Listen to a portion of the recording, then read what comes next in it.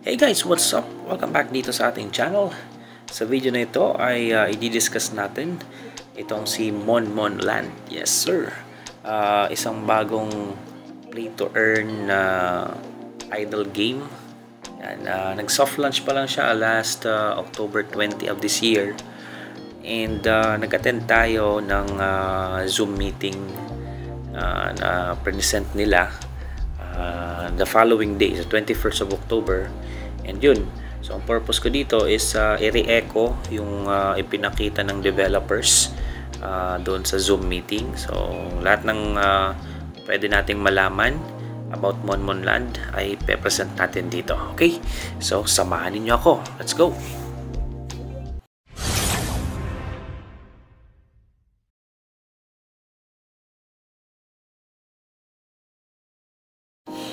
Ayan, so ito si Mon Land, actually short for Money Monster Island.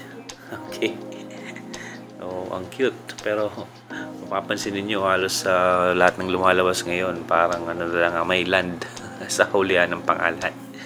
So anyways, yung mga developers natin, according to them, 70% Filipinos. And then they are based on New York. So yun yung nakita natin doon sa Zoom meeting. So anyways, eto pakita ko sa inyo, present ko kung ano itong si Mon Land. Ayan. So what is Mon Land? Mon Land is being one of the peaceful island where the Monmons are dwelling. So Monmons yung tawag sa parang mga monster nga. Character. So these Monmons are very hardworking and they are looking for a master that will take care of them, and same time a master they can work with and serve. So meron tayong 7 klase islands and also 7 kinds of monsters as of now, Then tingnan natin yan dito. Ayan. So ito yung mga Monmons na tinatawag. So may woodcutter, miner, fisher, smither, farmer, crafter, tsaka hunter. So iba-iba, 7 silang lahat. Ang cute actually, parang mga minions. So yan yung pinagbasehan ng characters nila. Gameplay mechanics, register through your sponsor code. So diyan kayo magsisimula paggawa ng account. Then choose a subscription package, mamaya i-discuss natin yan. Tapos click play button. So kung paano nyo gagawin yan, doon na yan mismo sa laro. You can check out the gameplay, the link nandito na makikita nyo dyan sa description ng ating video. Tapos yan, so chop trees, kung ano yung depende sa subscription na pinili ninyo, yung magiging play style ng inyong mga characters. So meron dyang magcha-chop ng trees, mamimingwit ng isda, mag-hunting, magpa-farming, okay?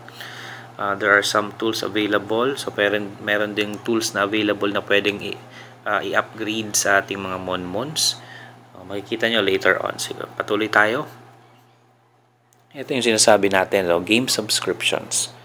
So first of all, yung game subscriptions according to them is lifetime. Okay?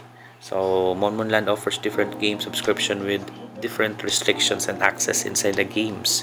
So yung players can start on any subscription but can upgrade anytime. So pwede tayo mag-upgrade anytime. So lahat magsisimula dito sa Pearl or yung free account siya. So wala kayong ilalabas na pera, but still you can actually do the grinding here kahit free account siya. However, yung ano lang dyan, yung hindi kagandaan is yung free account, hindi ka makakapag-withdraw. So you need to really upgrade at least sa Ruby yung $20 para makapag-withdraw ng inyong earnings. Okay? So tingnan natin, ito yan lahat ng subscriptions na yan sa ngayon, according to them bronze tool pa lang yan. Lahat yan, ibig sabihin may 30 minutes na grinding. Every 30 minutes bibisitahin mo yung account mo, and then i-click mo yung parang play button, yung claim. So una play, after 30 minutes claim ng rewards, or yung token or yung in-game na currency nila, which is yung Monster Coin. So iba't iba yung subscription. Sa Ruby, $20 yung kailangan yung ilabas. Meron ka na dyang 3 games na available. Sa Emerald, $50, 5 games na available.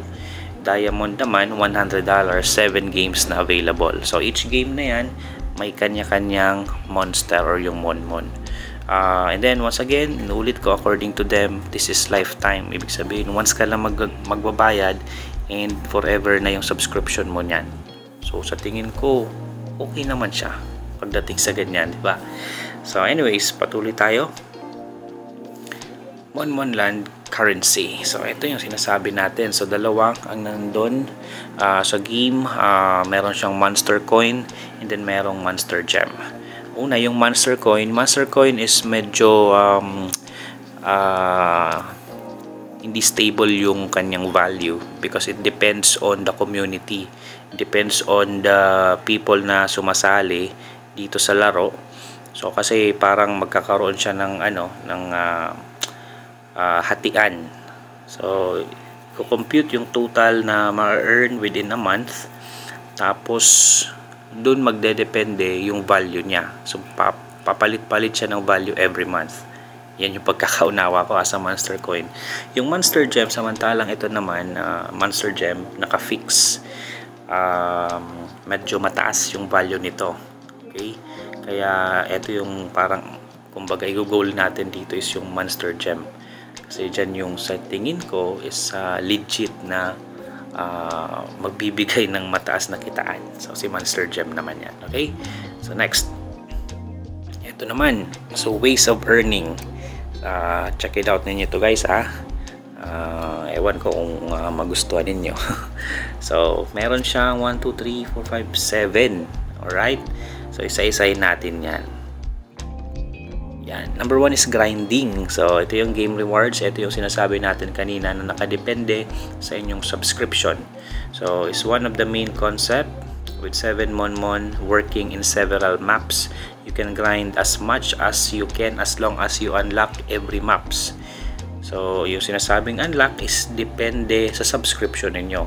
Kung naka-pearl ka lang o yung free account, isang monmon lang, isang island lang ang pwede mong laruin. Yan lang yung nagcha-chop ng trees. Then you do it every 30 minutes. Okay? Kung mag-upgrade ka sa Ruby, magiging 3. And so on and so forth. Madadagdagan siya. So how you earn monthly revenue? Total Monster Coins times your own Monster Coins. So nakadepende sa ma-earn mong Monster Coins every month. So ito yung sinasabi ko, nakabase siya doon sa total earnings ng kalahatan na members. Tapos ayan, total monthly revenue, and then over the points na ma-earn. So yung total monthly revenue guys, halimbawa say for example, it's the yung mga magsusubscribe. So inabot siya ng $1,000. Okay? Sa isang buwan. Total Monster Coins naman na na-earn is 5,000 points. This is referring to everyone in the community or yung mga members ng game. So kaya ang magiging computation niyan is yung monthly revenue divided by yung total points. So ang magiging value ng Monster Coin sa buwan na yan is $0.2. Okay? So let's say for example, meron kang 200 na Monster Coin. Ito sa baba guys 200 na Monster Coin times 0.2, meron kang $40 for that month. Okay? Kung 500 Monster Coins naman yung kinita mo, meron kang $100. Kung 700 Monster Coins, meron kang $140 for that specific month. And so on and so forth. Kayo yung bahala na mag-compute. Alright, gets ninyo? Sana gets ninyo. Next, isa natin. So, eto, sa number 2 naman is yung quest or daily task rewards. So, eto yung parang sinasabi din ng developers na magbibigay din ng sustainability sa kanila. Kasi meron silang ilalagay na ads. So, may mga rewards din pag pinerform o ginawa natin yun. Ayan, di ba? Sa login pa lang, 5 Monster Coins. Share sa social media, 5 Monster Coins. Watch ads, 10. Complete 5 games, 10. Obtain 100 Monster Coins, 20. Okay? So, daily task. Referral program. Dito ako parang na parang naging interesado kasi I'm more of open mind tayo sa sa mga ganitong system. Yung sa MLM, actually one of the developers, yung babae, Tita Jing yung tawag nila, is top earner siya sa mga MLMs. That's why yung game talaga, yung concept niya is GameFi, yung uso ngayon na nilagyan ng MLM. Pag sinabing MLM, multi-level marketing, guys. In other words, networking. So, nandito na tayo. Yan, power. Ang isip na kayo ng ganyan. Marami ang negative about dito sa pag sinabing networking. Pero ako personally, I have seen good side sa networking. Meron din siyang bad side, of course. Hindi yan mawawala. Especially yung risk. Nandyan yan palagi. That's why when you do this, every time na gagawin ninyo or sasali kayo sa kung ano man, invest at your own risk. Yan yung pakatatandaan ninyo, yung ilalabas ninyong pera, it's like you already let go of it. Okay? You think of it na wala na siya, inilabas mo na siya So bonus na lang na yun ay kikita. As long as yung system ay patuloy na nag-ooperate. So ito sa referral program rewards nila, actually ang tingin ko dito parang ito yung isa sa mga malaking part para maging sustainable itong kanilang project. Tingnan niyo hanggang level 6, guys, level 1 10% yung kikitain natin diyan, sa level 2 5%, level 3 4, level 4 3, level 5 2, and level 6 1% daily payout. Ang ganda. It's sabi ng speaker, sa unilevel. Yes, unilevel kasi diretso lang siya. Kung mahilig kayo sa mga networking, guys, para sa inyo to, yung MLM. So kung hindi niyo ito gusto, well, wala ditong pilitan. You can actually leave this para hindi na kayo mabother pa. Okay? So, next tayo. Yung leaderboard rewards. Leaderboard rewards is a recognition to top 3 masters that work so hard with their Monmon, topping the highest result. So, depende sa activity points, daily quest, building teams, so referral rewards. So, mayroon tayong, actually, tinitingnan natin dito is hindi lang to top 3 kasi mayroong total earnings. Siguro, dadagdagan nila ito. Kasi yung top 3 lang ang nakalagay. So anyways, leaderboard, meron pang kita dyan. Next, power tool rewards. So yung power tool na sinasabi, kasi pwede tayong mag-upgrade ng mga tools ng ating mga monmons. So once mag-upgrade yung mga tao sa ibaba mo, dun tayo kikita ng commission pa din. Hanggang level 6 yan, guys. Ang ganda nito, 'di ba? Yung tools na yan na sinasabi is yung, kasi yung nakita natin kanina, bronze, 'di ba? Lahat 'yun naka-bronze lang. So paano kung mag-upgrade yung mga tao sa baba mo? Ito yung kikitain mo. Next, ito pa, merchandise rewards. Sa merchandise rewards, ito yung parang mga bonus items na pwede rin nating idagdag na parang equipment.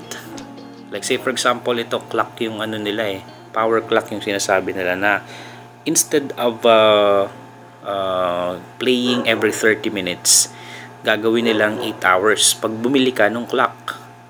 Siyempre naman, alangan naman na every 30 minutes ka magki-click, 'di ba? Mas maganda kung 8 hours, mas mahaba. Babalikan mo yung laro after 8 hours na, hindi after 30 minutes. So pag nag-purchase nito yung mga tao sa baba mo, ito na naman yung kita.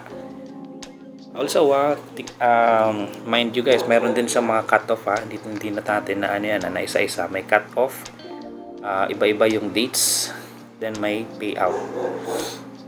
5th of the month, 10th of the month. So, meron siyang cut-off. Yan. So, yan yung number 6. Number 7, Diamond Pools bonus. So, ito yung Diamond kasi yan yung sa ngayon pinakamataas na subscription. Parang meron siyang yung profit sharing na tinatawag. Yun yung ginamit na word eh. So, may Diamond Blue, may Diamond Pink. Yun. Malalaman natin yan in the coming days. So, profit sharing, ibig sabihin, ito yan. Say for example, net profit, $10,000. Number of qualified gamers. So, yan yung computation. Medyo hindi tayo kagalingan sa math. Baka yun ang bahala mag-compute. Okay. So, yan. Basta, Monmon, Diamond, 10,000 times 1% equals 100. Tapos, qualified na players, 10. May full bonus kayong $10. Diba? Ayan, o. So, mas maganda pala kung konti lang yung qualified na gamers. Konti lang yung maghati-hati. Yan yung sa pools bonus naman. Profit sharing. So, future updates, madami. So mag-update sila ng kanilang games kasi sa ngayon nasa pa lang siya Android pa lamang. So maglalagay sila ng iOS version, new characters, cosmetics, new map, additional rewards, new payment gateway kasi sa ngayon ang nakalagay doon is ERC20. Guys, medyo mataas yung gas fee niyan. Sunod, platinum subscription. So magkakaroon ng sunod sa Diamond, guys. Platinum. In-game events, additional way of grinding, hunger system ni Monmon, yung mga subs event, NFT, and token listing. Pinag-iisipan din nila ito. Pero sa ngayon, guys, hindi natin ito mako-consider pa na hindi natin siya mako-consider na NFT. Alright? Because it's subscription yung bibili natin, hindi NFT.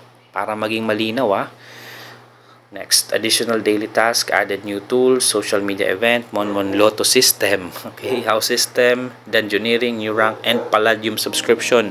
Pinakamataas na to, $500 subscription. Ano pa ba? So, game events. So, nakadepende sa season ito. So, ano yung meron na occasion, like say for example, yung paparating na Halloween, yung may trick or treat, Thanksgiving, egg hunting, and so on and so forth. So, makikiparticipate sila sa ganitong mga events. Yan, to sum up, okay? Summarize natin, mahaba ng masyado yung video.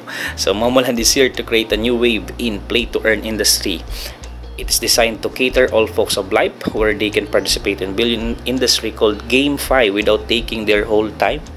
Monmonland is first ever using the play-to-earn platform of DeFi with traditional MLM systems. Ito yung sinasabi ko. Combination siya, guys, ng play to earn and then MLM system. Ano po? So, yan. Easy way of making extra income while you're working, sleeping, traveling, studying, and doing other hustle. Let's create new wave while having fun. Alright. So, that's all. Yan. Sa ngayon, yan yung may share natin about Monmonland. But, ang suggestion ko dito is you do other research, connect with their social media accounts. Meron silang Telegram, lagay ko dyan sa description. Meron silang Discord, and then other social media accounts, and then mag-research tayo ng mag-research. Huwag tayo basta-basta mag-invest, guys, okay? I'm not really suggesting, I'm not recommending you to do that. Mag-research muna tayo, but when you do find it somehow profitable or worth investing, it's really up to you, okay? Kayo nang bahala, guys. So this is Monmonland, but still if you want to create your account, meron ding link sa baba. So that's it. This is Birch Gaming. Salamat sa pagsama sa akin ng haba ng video natin ngayon. Thanks for watching, guys. See you on the next one. Goodbye.